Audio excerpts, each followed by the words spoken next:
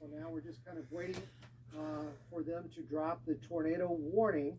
The storm has slowly fallen apart. We are getting this information from Grant, and Grant Dade is recovering at home tonight, but he is keeping an eye on the weather. And we're going to have some heavy rains in these areas. This storm and then the storm that is trailing it coming out of Greenville.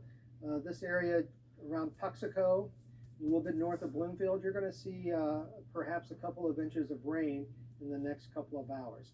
Let's go ahead and track that storm once again as it heads over toward the interstate. That will be one of the areas that people will want to keep track of as they head south tonight or north as we go on. So we're going to go ahead and track basically this storm. Whoops, and we're going to bring it out this way, and we've got about 18 miles, so 10 miles an hour is pretty slow. It's going to take it a while to get there if it doesn't speed up or if it doesn't die down. So we'll keep an eye on that. Let people, your friends, know what's going on as we kind of keep track. And just because we do have this tornado warning, we're staying on the air through nightly news, and we'll continue to track this storm as it moves just to the north of Bloomfield. It's getting ready to go over Highway 25. And it's going to be Bell City. You're pretty much next in line as the storm comes through. So you're going to see some dark clouds directly to your west. So we have that going, and then we have Blodgett, between a little bit north of Blodgett is where it's going to hit on the interstate at the current time if it continues to track in that area, although it could kind of drop down just a little bit south as it kind of builds to the south. So I'll tell you what you can do now is just kind of run back over some of the storm that we've got. Just remind people, even though that we have not had any damage reported, doesn't mean that it is it doesn't mean that it's safe to go outside. You need to be prepared at all times for any inclement weather whenever there is a warning issued as they're looking at the storm. Exactly. And it, like you said, going outside with these storms, you're going to see strong winds, especially as they start to make their way into your area. You're going to see strong storms or strong winds, and then heavy rain showers followed, even the possibility of hail. So just to be on the safe side, take shelter, try to get into your safe space, make sure that you are taking the precautions that are necessary, because right now we are seeing that tornado watch as it continues. But this probably isn't going to be the first storm that we'll be tracking throughout tonight, as we'll see towards the west. You can even see over there towards Springfield, those storms that are developing as they continue towards our western counties for tonight. So we'll make sure that we're going to be watching this very closely for tonight, and especially as we head into tomorrow. But on the plus side, after most of these storms make their way out of our area, we will see drier conditions as we head into tomorrow night. But, right now our main focus are the possibility of these severe storms, and even the tornado watch that has been issued and is going to stay in effect till 6 for tonight. That thunderstorm warning did get canceled. It is away, so you're even seeing, you can see that pink is almost starting to decrease as well. So you're kind of seeing those storms decreasing just a bit, even the lack of rotation. But as it continues through within the next couple hours, you are going to see it's moving east towards Blodgett and the Highway 55 over there. So make sure that if you have any family members that are, or anybody, loved ones, anybody that's coming home from work or is out and about, make sure that they are aware of what's going on and what's happening as these storms continue. Let's take a closer look again. They were moving up to 10 miles per hour, so the storm is moving quite slowly right now, but still within the next hour we can see this system moving towards the east, hitting quite a few places.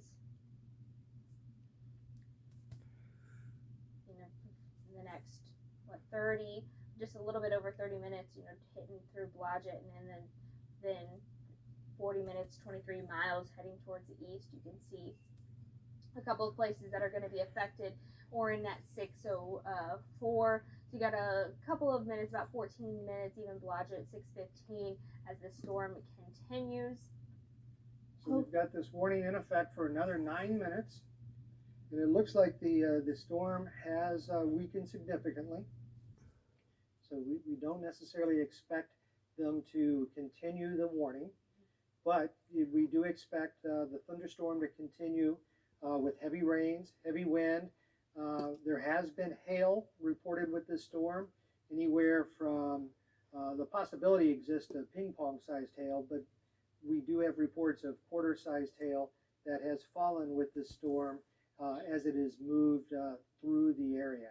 So we're continuing to keep a track on where it's headed, just to keep you informed, because it is a tornado warned storm from the National Weather Service, and so we are keeping an eye on that. Even we're hoping that that this tornado warning gets dropped, as that severe thunderstorming has been dropped. But like Roger said, it's still going to stay consistent with heavy rain, shower, gusty winds, even the chance of hail. But once this first system makes its way out of the heartland, now do remember that we are going to continue to see rain showers. We're seeing this second one that is just west of Puxico as it continues through. So, that storm obviously was in a severe thunderstorm warning earlier, but it has weakened, but it's still staying consistent with the possibility of a big impact throughout the heartland. So, but the main concern right now is that tornado watch towards, as it moves east of, within the next probably 8 to 7 minutes of that warning anyways being in effect. But like we've said, that the storm system looks like it has been weakening as it continues through. So, but just to be on the safe side, always take precautions. Make sure you're taking shelter with the chance of strong winds, heavy rain showers. Even like Roger said, the chance of, I know it's reported or predicted up to ping pong sized hail. So, can do damage. But dime-sized hail is a very good possibility with the storm, and it has been done. All right, we have got a report by a train spotter from rotation at Highways M and BB Highway in Stoddard County, and that has just come in. So they are looking at some rotation that has just come in. Now, I'm not sure how old that is. Grant is not seeing so much rotation at the current time. If you want to go back to our rotation map, we can kind of take a look at how much we're seeing with the storm. So we'll see if we are seeing a great deal. Not a whole lot. What you're looking for is really dark reds and really dark greens when we look at this, because that says the wind's going in a couple of different directions. What we're seeing is more of a gradual progression from one direction to the other. So I'm not seeing anything that is too concerning in here. Or you would be looking for a cold jet inlet to kind of come around and wrap around in one of those classic fishhook style tornado echoes. But we are not seeing that at the current time. This is more of a gradual transition.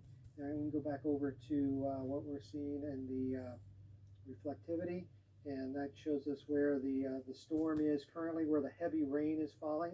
And let's one more time take a look at how much lightning is with the storm, because I think there is a lot of lightning. And we'll pull out just a little bit. Oh boy. You can see it's not the only storm that has lightning in the area. If you want to just pull out just a little bit more, Megan, we'll kind of show that the storm south of Dexter, over near Piedmont, even the one in Graves County and in Callaway County in Kentucky, they're seeing lightning in there as well. You're also seeing a thunderstorm just a little bit to the east of Sykeston. So there is quite a bit of lightning you're going to see in the air this evening, and we should expect thunderstorms to continue for the next couple of hours as we go on. We've got about another 5 minutes with this tornado warning. So then we will be starting the 6 o'clock news once the storm, and Jeff Cunningham will be here, and Megan will be on the air with weather. So we will be updating that. And then as we continue on, Megan will be here through the night, kind of watching these storms to let you know if anything else becomes severe. The severe warning that this tornado warning was possibly around did expire at the top, or at 5:45. So we've gone for almost 10 minutes without the severe thunderstorm warning around that storm, but it still has the tornado warning designation. We still have, and I believe we are getting ready to expire the tornado warning, and I believe it's going to go away in just a second from the National Weather Service. So we're going to wait until our computer updates just for a second, or they're going to just wait till it goes to the top of the hour, but I think it's going to head and expire. So I think what we can do now, Megan, if you're ready to toss it back to network, we are out of severe weather coverage completely. There are no severe thunderstorm warnings. This tornado warning is getting ready to be expired by the National Weather Service. So I'll let you go ahead and toss it back to network. Yes, so like Roger said, we're getting ready to start the 6 o'clock show, so Jeff will be joining us, and then we'll keep you updated over the next couple of hours, especially through the night as storms continue to progress, and with that possibility. But right now, things are looking everything's behaving, like Grant likes to say. Storms are behaving right now, so if anything changes or updates or advances, we'll let you know. This year, to simply suppress the vote, make it more difficult for people to vote. No justification, no factual basis. We're just going to make it harder for people to vote. And African Americans are targeted by it. Young voters are targeted by it. In some cases, voters of indigenous ancestry or Latino ancestry or disabled Americans are targeted by this pernicious effort to make it harder for people to vote. And then you've got this new campaign of censorship. Under the guise of a parents' rights campaign, books are being censored. We've not seen this in America in generations. And then curriculum around the teaching of African American history being suppressed, being attacked, being, if you will, ended. This requires a strong response from all Americans across the board because of what it means for American democracy. So we thought we needed to really highlight these numbers, the rise in hate crimes, the qualitative moves that this entire pernicious movement is making to impact the way we live, and I think to try to undermine American democracy. Why do I say that? The vast majority of Americans do not support voter suppression. They do not support censorship of books and attacks on African American history. They do not support. Yet, you still have politicians who act as though it is the most important agenda item and persist in pushing these totalitarian, if you will, initiatives. So you're tying what's happening in legislatures across the country directly to increases in hate crimes. Is that a fair assessment to draw? Coming up, Kentuckians head to the polls tomorrow with one of the races having a big impact on the gubernatorial race in the fall. A new early detection program is giving hope to people at high risk for pancreatic cancer. I'm Bradley Blackburn with more on how it could help save lives.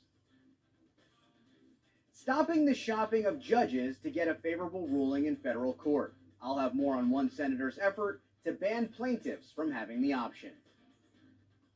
Heartland News is sponsored by Southeast Health. Heartland News at 6 starts now. Good evening, everyone. While the Heartland is seeing some higher temperatures today, it's been a bumpy afternoon for us in the weather department. Let's go to Megan now. She's going to wrap everything up for you in your first alert at 6. Yeah, so as you were continuing with us, we were on air for quite a while watching these tornado watches as they popped up throughout the heartland, especially with these storms as they continue through. And look at that, right at 6 o'clock, it has been canceled. So all of the storms right now are behaving, but you still see that possibility as we head into tonight with those rain showers and especially the storms increasing, especially during the early morning hours and overnight for tomorrow. You can see around midnight and 1 o'clock that rain impact peaking pretty high, but slowly decreasing for tomorrow morning. So seeing a high rain impact for tomorrow with the possibility of some showers and thunderstorms continuing to develop and even increase, but we'll see some dry conditions by Wednesday and Thursday, but rain showers coming back into play for Friday as well. Now for tomorrow, with these rain showers coming in, we're going to see a cold front make its way in after these storms exit. Temperatures only making their way into the low 70s for most places. So right now, temperatures sitting in the mid to upper 70s to low 80s. You can see 82 in Sykeston, 75 in Carpendale, and 80 in Paducah. So the next couple of hours, as these storms continue through, you can see temperatures cooling down into the low 70s. Once again, everything is behaving right now, but we can expect to see an increase later this evening. We'll take a look at your full forecast coming up. New at 6, a felony conviction from nearly 20 years ago could prevent a man from serving as an elected official in Butler County. Prosecuting attorney Casey Proctor filed a petition to remove Raymond Stewart Jr. from the Fisk City Council. Stewart won the election back in April, but Proctor says Stewart was found guilty of a federal felony back in 2004, and that disqualifies him from even seeking office. A judge is giving Stewart 10 days to respond to the court filing. Also new tonight, a Sykeston man is sentenced to 20 years in prison for his role in a 2020 shooting in Cape Girardeau. A judge sentenced 26-year-old Myron Andrews today. Prosecutors say more than 200 people were inside the River Banquet Hall on South Spring Street when Andrews opened fire. 5 people were injured, including a victim who was shot 13 times. They say Andrew got caught up in a crowd of people trying to leave the building and dropped the gun at the foot of a Cape Girardeau police officer. Search continues for this man, 25-year-old Lucas Thompson, following a police standoff over the weekend in Williamson County. It happened in Makanda on Sunday. Thompson is now on the run after investigators say he attacked his mother. Police also say he is wanted on a previous warrant out of Jackson County, Illinois. The Williamson County Sheriff's Office is asking for your help. Any information on his whereabouts, you're urged to call the number on your screen. In a little over 12 hours, voters in Kentucky will be headed to the polls in the Bluegrass State for the primary election, one of the biggest races on the ballot, of course, deciding who will go up against Governor Beshear in the fall. Julia Sandor has more. The main focus for election night is the Republican primary. This has been an interesting race for the Republican nomination for governor. 12 candidates, you've had probably 5 or 6 who have run aggressively, and you've had a couple of perceived front runners, according to the polling. Our very own Bill Bryant takes a look at the race, analyzing the debates and polling. One of the front runners in the governor's race is Daniel Cameron, who says he's hopeful he'll come out on top. Cautiously optimistic. Obviously, you never know until all the votes are cast, and